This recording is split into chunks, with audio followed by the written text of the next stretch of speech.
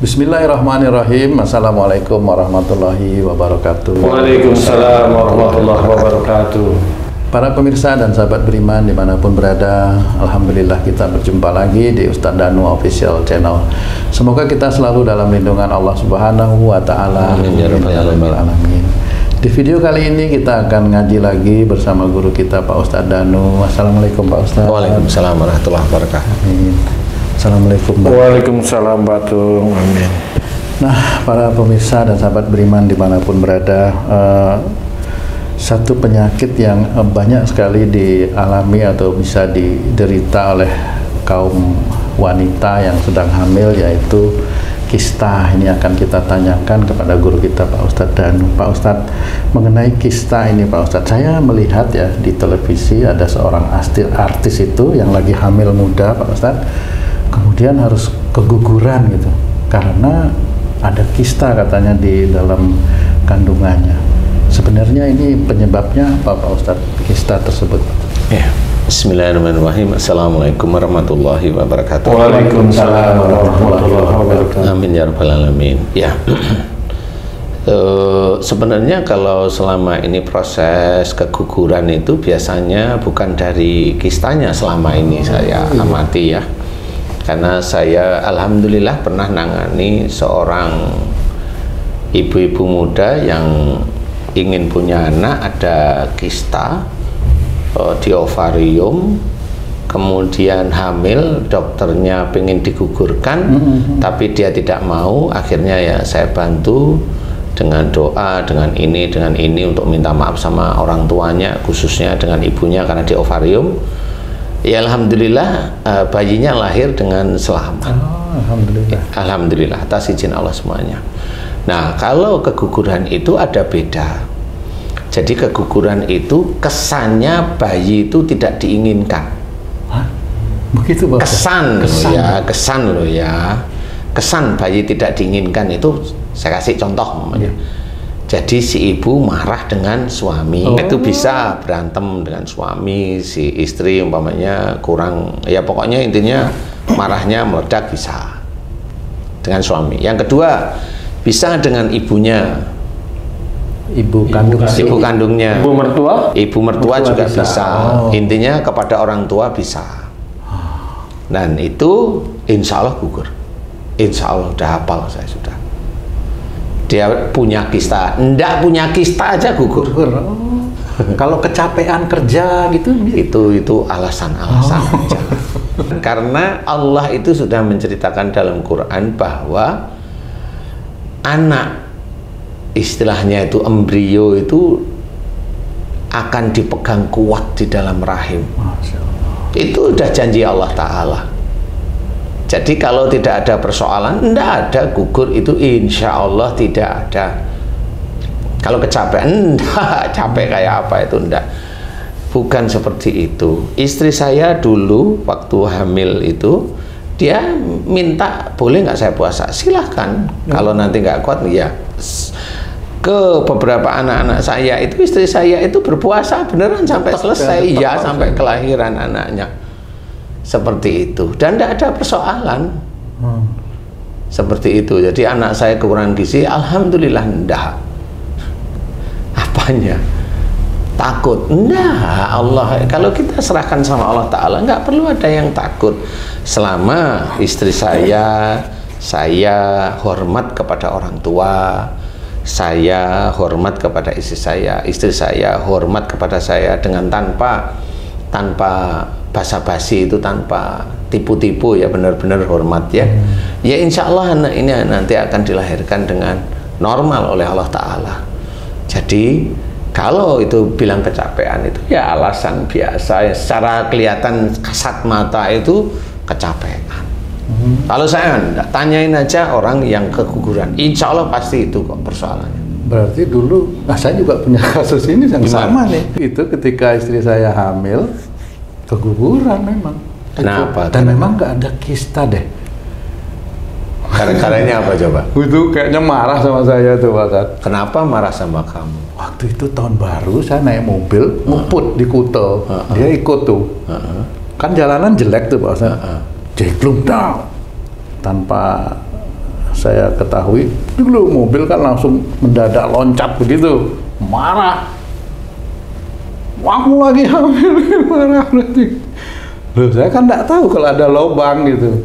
Benar beberapa harinya keguguran Pak Ustadz itu. Padahal nggak ada kista ya. Capek juga? Enggak. Nggak capek. Kalau di kantor, oh berarti kebanyakan duduk kan gitu. Cari aja alasannya, cari aja alasannya sebenarnya. Iya benar. Nah, jadi seperti itu. Marah ya Pak Ustadz ya. Marah, jadi kesannya tidak diinginkan hadir. Gimana maksudnya? Ya maksudnya itu dengan suaminya akhirnya terjadi anak itu kan dimarah beneran atau bagaimana dengan orang tua itu cepat sekali itu gugur. Ada teman saya yang 7 bulan itu keguguran langsung, meninggal, memang betul meninggal.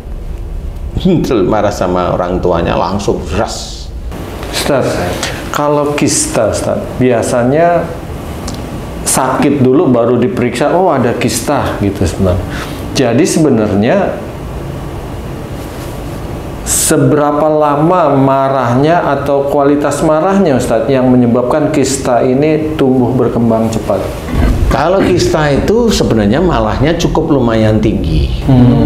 Kista itu insya Allah marahnya cukup lumayan tinggi, walaupun tidak tinggi sekali, tapi cukup lumayan tinggi lah. Dongkolnya itu kuat. Dongkolnya di dada itu kuat sekali. Nah, tinggal kistanya di mana?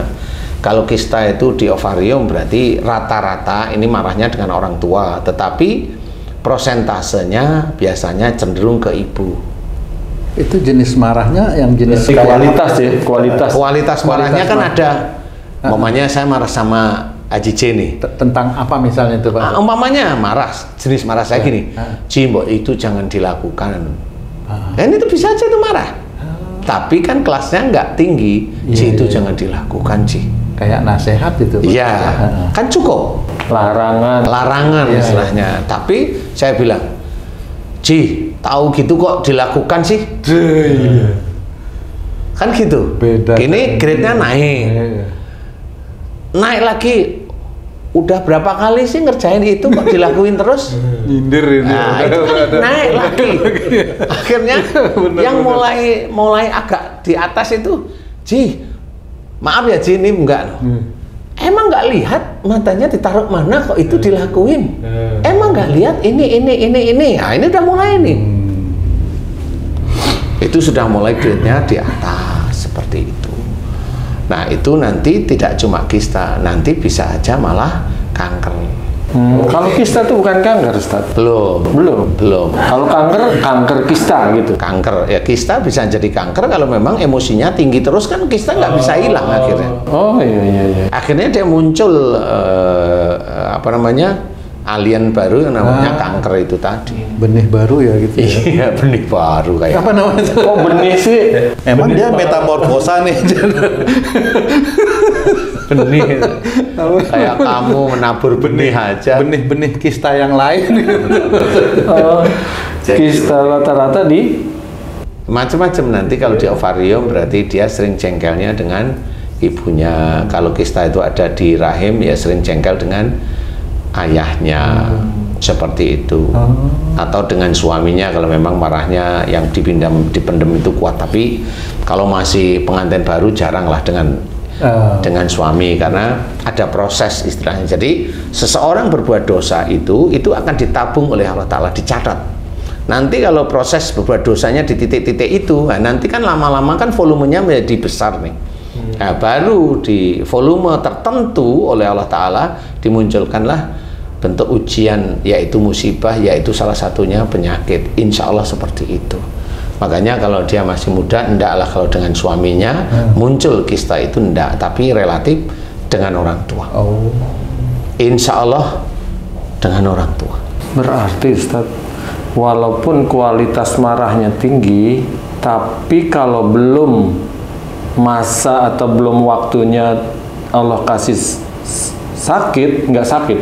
Belum, iya, enggak. Tergantung apa itu Pak Ustadz? Tergantung iman, tergantung imannya, ketakwaannya sama Allah Ta'ala. Seperti itu. Kalau orang itu imannya termasuk bagus di hadapan Allah Ta'ala, sakitnya malah dipercepat. Oh, malah dipercepat, Pak. Iya, kalau imannya cukup bagus, sakitnya dipercepat. Maksudnya sakitnya dipercepat, baru dia berbuat kesalahan langsung dikasih sakit. Tapi kalau kiste sama kanker enggak seperti itu. Dia ada proses karena ada perubahan sel sebenarnya.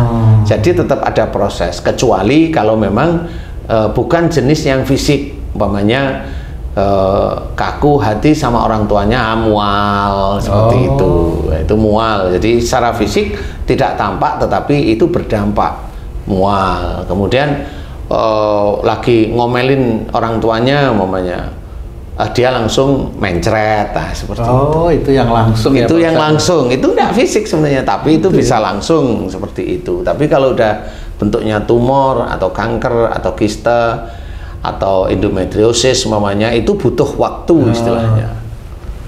Butuh seperti waktu. itu.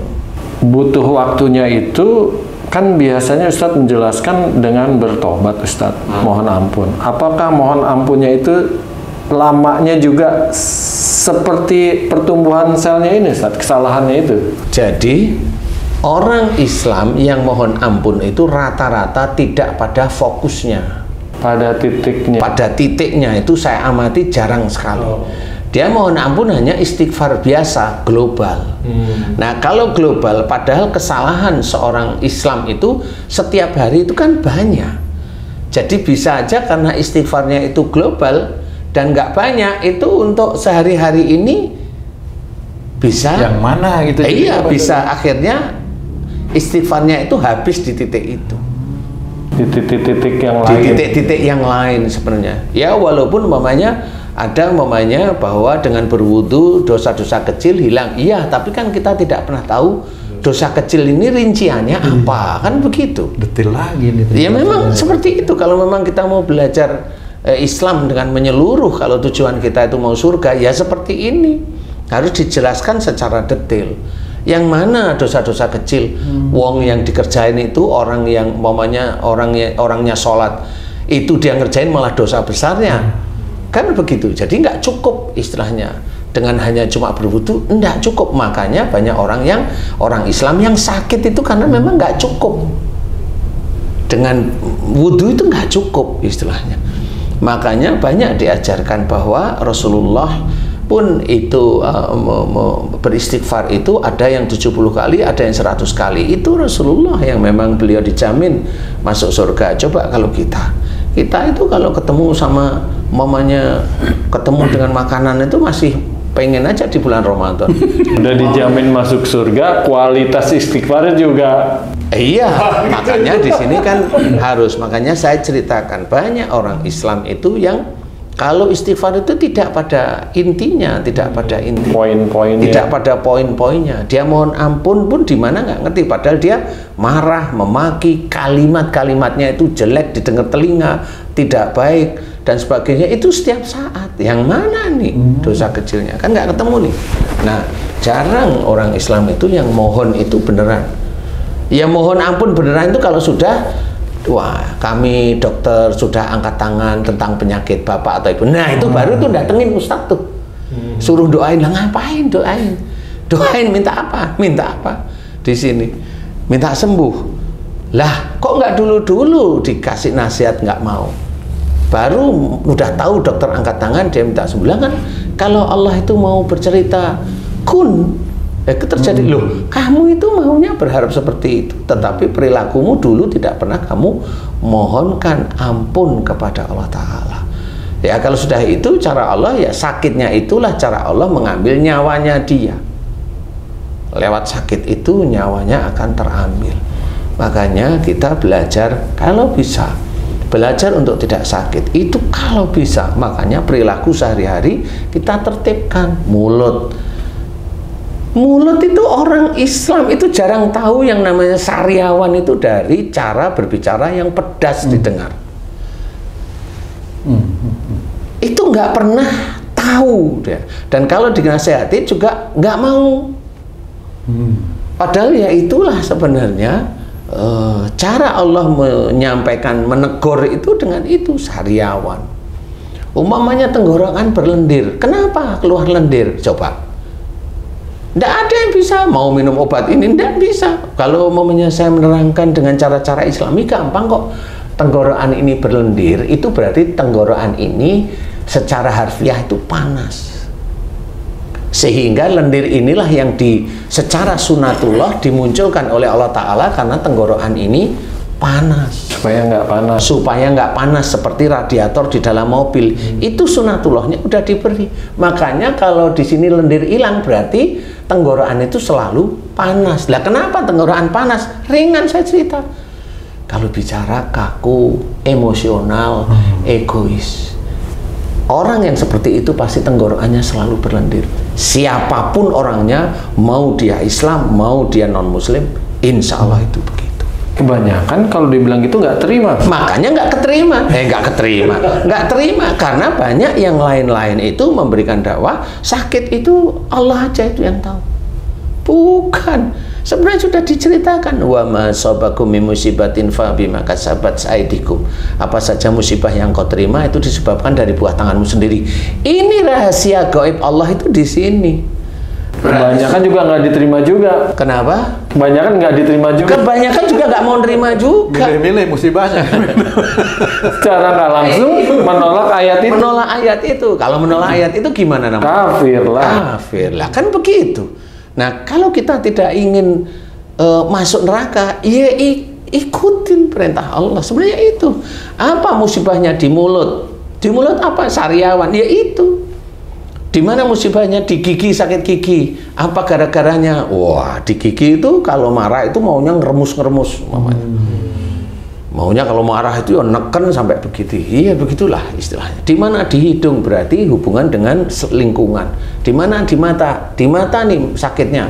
Apa saja intinya, berarti dia itu agak sulit menerima pandangan atau melihat sesuatu nggak cocok, marah. Itu mata. Kalau di telinga, dia mendengar sesuatu nggak cocok, mau marah kayak, mau diem kayak, mau marah dengan diem kayak, semuanya. Kalau di sini sakit, itu cara berpikir kan. Di sini memang insya Allah itu untuk berpikir. Nggak beres cara berpikir. Kalau di sini berat aja, melamun. Ada suatu masalah dipikirin, nggak ada ketemu solusi, melamun. Berat di sini. Itu semuanya walaupun tidak ditulis secara langsung di dalam Quran, tapi kan sudah identifikasinya kan jelas. Sakit pada tangan urusannya dengan pekerjaan. Sakit dengan kaki urusannya dengan melangkahkan kaki kemana. Sakit dengan jantung, jantung mengalirkan darah. Berarti apa? Ya untuk mencapai sesuatu keinginan itu dengan emosi. Apalagi semua bisa diterangkan. Hati, dia hatinya keras. Kenapa? Sirosis. Dulunya itu memang dia tidak pernah bisa lembut. Orangnya keras, kaku, egois, emosional. Dikasih masukan, tidak mau didengerin. Ya normal kalau dia kena kanker hati. Normal, saya masih bilang normal. Dan itu hanya Allah. Karena dulu sulit diberi masukan. Padahal dia tahu agama. Lah emang kalau udah tahu agama, dia terus baik? Enggak. Dia kan baru hafal aja agamanya di sini. Padahal agama itu harus diamalkan. Diamalkan itu dikerjakan. Dikerjakan satu persatu. Sunnah Rasul pun kita kerjakan. Akhirnya klop antara Quran dengan sunnah. Seperti itu. Nah, inilah yang harus kita ketahui. Nah, bagi kita-kita yang Islam, memang belum ada yang bisa mengetahui sakit itu dari akhlak. Memang belum ada. Tapi kan sudah ditulis oleh Allah Ta'ala, walaupun itu eksplisit. Ya, itu ditulis banyak kok sebenarnya. Itu Pak Ustadz dengan mudah bisa menganalisa. Dulu belajar di mana itu Pak Ustadz itu. Dan alhamdulillahnya kita bisa dengerin enak gitu. Iya, jadi paling penjelasannya masuk bisa gitu. Kita terapkan. Iya benar. Dan memang kan sudah apalagi sudah diterapkan kan. Oh iya ya benar ya, pernah sakit ini, coba mohon ampun di titik ini. Diterang loh, benar diberi kesembuhan tanpa obat kan begitu. Karena Islam itu kan Quran itu kan menjawab semua yang ada dalam dunia ini sebenarnya. Lah sakit itu kan termasuk sebenarnya sudah tertulis di dalam Quran, cuma belum ada yang menjabarkan.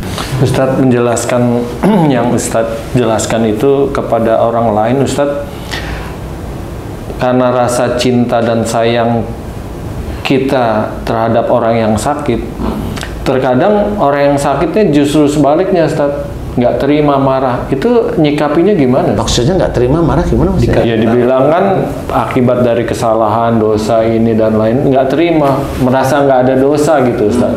Jadi menolak dengan apa yang kita udah jelaskan itu, Ustaz. Nggak apa-apa. Kalau memang dia bertanya kenapa saya sakit, kemudian dijelaskan baik-baik, kemudian dia menolak, ya nggak apa-apa. Memang jatahnya dia sakit. Jadi dia sendiri tidak mendapatkan hidayah dari nasihat-nasihat orang-orang sekitarnya. Tidak ada masalah. Padahal nasihat itu bisa menjadikan dia itu nanti insya Allah diberi sehat oleh Allah Ta'ala dan bisa beribadah kepada Allah lagi. Tapi karena dia menolak, ya sudah, sakitnya ya nggak akan bisa sembuh. Terus saja. Saya pernah nangani kemarin ini, ada seorang anak umur 26-28 antara itu. Masih remaja. Remaja lah ya, tapi dia udah kerja. Oh, udah kerja ya. Dia sakit selama 3 tahun, perutnya sakit, dadanya sakit, sesak, sakit, keruas-keruas sampai ke perutnya. Udah ke dokter? Udah. Nggak pernah ada masalah ke dokter. Kemudian kalau saya amati kok mirip-mirip kayak sihir ya. Mirip, tapi ini bukan sihir. Saya cuma tanya sini, Mas, karena dia laki-laki, saya tanya, Mas, siapa di antara ayah sama ibu yang sering dongkol? Mas sering dongkol siapa? Dia langsung jawab ibu. Ya betul. Karena di sini yang bikin sakit itu adalah atas izin Allah, tetapi ada ilmunya ibu yang masuk dan menyerang ke anaknya. Ya saya jelasin. Sudah, mulai hari ini hormati ibu, walaupun ibu salah, ibu ini hormati aja, nggak ini. Semakin dia paham, semakin sakitnya di sini mulai reda gitu. Walaupun si ibu itu nggak ngerti kalau ilmunya masuk, Tidak menyuruh ilmunya nyerang gitu. Saya tanya sama bapaknya, Pak, ibu sering ngamalin sesuatu? Iya sering. Cukup itu sudah. Berarti ada amalan yang memang tidak diajarkan oleh Rasulullah Muhammad SAW. Bergerak sendiri menyerang. Bergerak sendiri menyerang. Namanya amalan itu nggak ada tuntunannya, itu pasti jin. Oh iya. Kan selama ini orang tidak tahu, dikira namanya amalan itu semuanya baik, kan begitu. Tapi kalau memang tidak dikerjakan oleh Rasulullah, ya enggak seperti itu. Jadi niatnya. Nah, tinggal niat sama memang ya ada sesuatu. Niatnya untuk duniawi ya sudah melenceng dari akidah, yang nggak boleh, harus karena Allah aja. Nah, karena Allah tidak boleh ada niatan dunia itu, nggak boleh, nggak bisa digabung-gabung. Nah, alhamdulillah pada saat dia ngerti, paham, kemudian doa agar ilmu ibunya diambil oleh Allah Ta'ala. Selesai. Gimana sekarang? Enak Ustadz, alhamdulillah selesai. Nah, inilah yang harus diketahui bahwa sakit itu memang musibah yang dimunculkan. Nah, karena apa? Kalau tadi saya cerita, karena si anak remaja ini, mas-masnya ini sering dongkol sama ibunya. Nah, itu juga tidak boleh. Makanya pada saat dia itu punya ibadah yang cukup lumayan bagus, ya diingatkan oleh Allah Ta'ala langsung dengan sakit di perutnya dan nggak pernah bisa sembuh. Masuk rumah sakit lagi, mondok, masuk rumah hidup sampai sembuh. Opname kok mondok? Iya. Iya, kalau orang Jawa bilang mondok ya. Mondok di rumah sakit. Opnam. Kalau opnam itu di kita itu beda. Oh, lain lagi. Opnam itu yang disukai oleh tung. Setiap minggu itu. Setiap minggu itu yang disukai sama tung itu. Opname pekerjaan. Stok opnam. Nah, iya, kan beda-beda nih. Beda-beda. Kalau mondok itu jelas tidur di rumah sakit ya. Rawat inap. Nginap pasti. Nah, alhamdulillah seperti itu. Makanya orang harus tahu bagaimana. Saya juga jelasin kenapa ini sakit, kenapa ini ilmunya beliau menyerang masnya. Ya karena mas tuh dongkol sama ibu. Cuma karena ilmu itu mirip seperti anjing ya. Anjing. Ilmu itu seperti anjing. Anjing pelacak gitu. Anjing peliharaan. Jaga itu ya. Kalau kita dimarahin sama orang, anjing ini tahu kalau Iya bener. bosnya itu tuannya dimarahin, ini nyala terus-terusan. Nah, ini kalau ini dilepas biasa, langsung serang. Walaupun kita nggak nyuruh serang itu, dia akan nyerang sendiri. Ilmu itu seperti itu, dan nggak mau urusan itu anak atau itu suami atau itu istri, nggak mau tahu. Dan nyerang aja seperti itu. Nah, disitulah mulai saya jelaskan. Makanya tidak boleh emosi kepada ibu, dongkol pada ibu, dongkol pada orang tua, tidak boleh. Nah, itu ajaran Islam ya. Dalilnya seperti itu. Ustadz, saya mau nanyakan tentang bedanya nih Ustadz. Orang yang keimanannya baik, Allah kasih sakit, dengan orang yang imannya buruk tapi Allah kasih sakit, itu bedanya di mana tuh Ustadz? Bedanya gini, jadi kalau kita mau cari persamaannya adalah orang yang dia kurang beriman pada Allah sama iman, sama-sama marah sama orang tuanya. Dilihat nanti kan yang gampang sakit yang Beriman. Yang beriman. Lihat aja, uji coba. Kenapa itu begitu Pak Ustaz? Karena memang Allah akan menegur lebih cepat orang yang beriman daripada yang kurang beriman. Karena rasa sayang. Karena rasa sayangnya Allah. Ya, jangan membuat dosa di titik itu. Tapi kalau orang itu tidak beriman atau imannya kurang, ya loss saja, dibiarin aja sama Allah Ta'ala. Memang benar kalau orang itu, kalau Allah tidak suka itu ya begitu. Orang yang tidak beriman atau kurang beriman, Allah kurang suka. Makanya dilosin, emang betul itu. Makanya kalau saya menceritakan ini sebenarnya memang ada dalilnya. Dalam Quran memang ada. Jadi orang yang lebih beriman itu akan diutamakan oleh Allah Ta'ala dalam hal akhirat. Akhirat. Tapi kalau dalam hal dunia belum tentu. Maksudnya minta ini, minta itu terus diutamakan, belum tentu kalau yang itu. Yang jelas akhirat. Nah, orang sakit itu perjalanan akhirat, bukan perjalanan dunia. Sakitnya dunia, tapi akhiratnya adalah itu ditegur oleh Allah Ta'ala. Itu akhiratnya. Oh, makanya kalau dapat musibah teguran ya? Teguran. Ya, itu teguran dari Allah Ta'ala. Apakah mungkin Pak Ustadz semacam kista itu disebabkan dari ilmu yang tadi Pak Ustadz bilang, atau malah santet gitu? Apakah mungkin? Enggak mungkin. Jadi selama ini yang saya amati dari pergerakan sihir atau ilmu, mereka ini siluman santet atau siluman ilmu itu belum pernah bisa menjadikan kiste, kanker, rusaknya ginjal, paru-paru, TBC. Enggak, belum pernah. Jadi Allah itu menciptakan jin dan manusia untuk beribadah kepadanya itu sebenarnya memang ada fokusnya. Memang harus beribadah. Makanya Allah menciptakan semua yang ada di bumi dan di langit itu tetap ada manfaatnya. Ya ampun. Jadi makanya kalau saya nangani tentang jin, kenapa saya nggak pernah marah? Karena memang saya menghadapi makhluk Allah sama seperti momennya Haji J salah, ya saya ngomong biasa aja. Kamu salah, ya saya ngomong salah gitu. Jangan dikerjain lagi, cukup. Nggak perlu terus dimaki-maki, nggak perlu. Nah, ini yang harus kita ketahui, bagaimana orang yang kena kista dimanapun tempatnya, kalau dia umurnya di bawah 45, insya Allah itu berhubungan dengan orang tuanya. Tinggal minta maaf terus-menerus agar kista itu hilang. Wallahu a'lam. Alhamdulillah, terima kasih banyak penjelasannya Pak Ustadz. Para pemirsa, sahabat beriman dimanapun berada, demikian tadi penjelasan dari guru kita Pak Ustadz Danu mengenai kista yang banyak sekali diderita oleh ibu-ibu. Bagaimana beliau memberikan banyak sekali analisa yang cukup dalam ya menurut kami. Mudah-mudahan apa yang disampaikan beliau bisa bermanfaat untuk kita semua, untuk meningkatkan keimanan dan ketakwaan kita kepada Allah Subhanahu wa Ta'ala. Saya Tung pamit diri, sampai jumpa di video kami yang lain. Wassalamualaikum warahmatullahi wabarakatuh. Waalaikumsalam warahmatullahi wabarakatuh. Alhamdulillah.